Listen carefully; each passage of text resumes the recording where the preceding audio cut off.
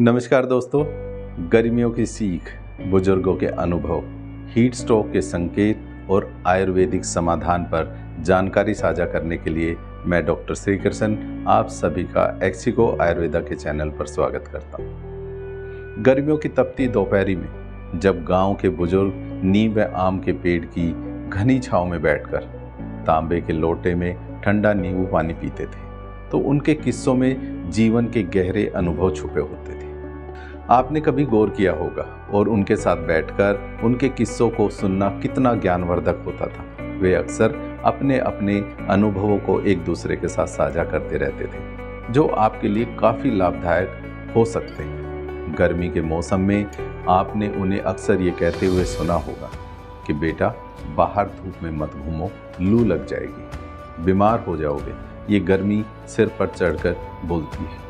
अगर ऐसा हुआ तो बड़ी मुसीबत बन जाती है। उनके किस्सों में उनके किसी पड़ोसी का खेत में काम करते करते अचानक चक्कर खाकर गिर जाना हो, या फिर स्कूल से लौटते वक्त बच्चे का तेज धूप में बेहोश हो जाने का जिक्र हो, और चाहे बगैर पानी पिए उपहास कर लेने से उल्टियाँ रुकने का नाम न ले रही हो, जैसी तमाम बातें हीट स्ट्रोक के प्रति उनकी चिंता को बखूबी बयां करती है। ऐसे तमाम किस्से आपके सुनने को मिले होंगे।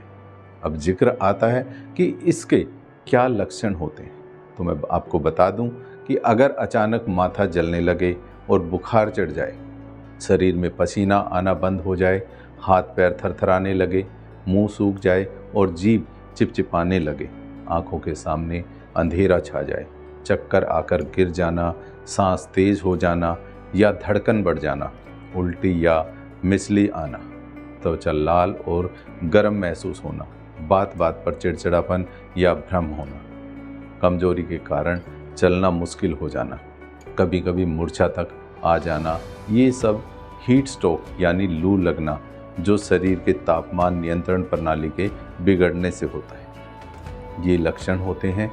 इसके मुख्य कारण क्या हो सकते हैं?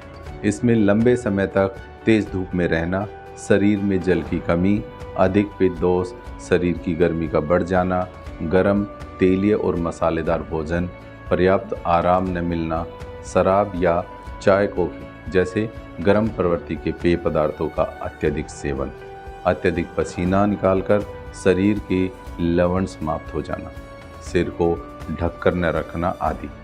अब सवाल आता है, इससे बचाव और उपचार कैसे करें? आयुर्वेद और घरेलू नुस्खों में इसका सरल समाधान बताया गया है, जैसे आंवला, गुलकंद, नारियल पानी, बेल शरबत और चंदन शरबत का नियमित सेवन शरीर को ठंडा रखता है। धनिया मिश्री का काढ़ा पित्त को शांत करता है। नींबू पानी में सेंधा नमक मिलाकर पीना शरीर में इलेक्ट्रोलाइट्स की भरपाई करता है। गुलाब जल में भीगी रुई से आंखों को सेक देना और सिर पर चंदन का लेप लगाना शरीर के ताप को कम करता है। शरीर को ढककर रखना चाहिए। टोपी, छाता या गीला कपड़ा सर पर लेना जरूरी है।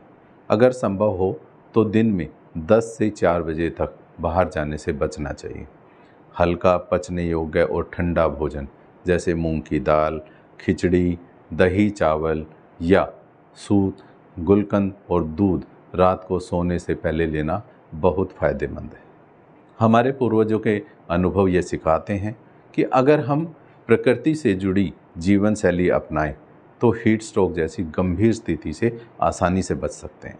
आयुर्वेद हमें सिखाता है कि रोग के इलाज से बेहतर है रोग की रोकथाम।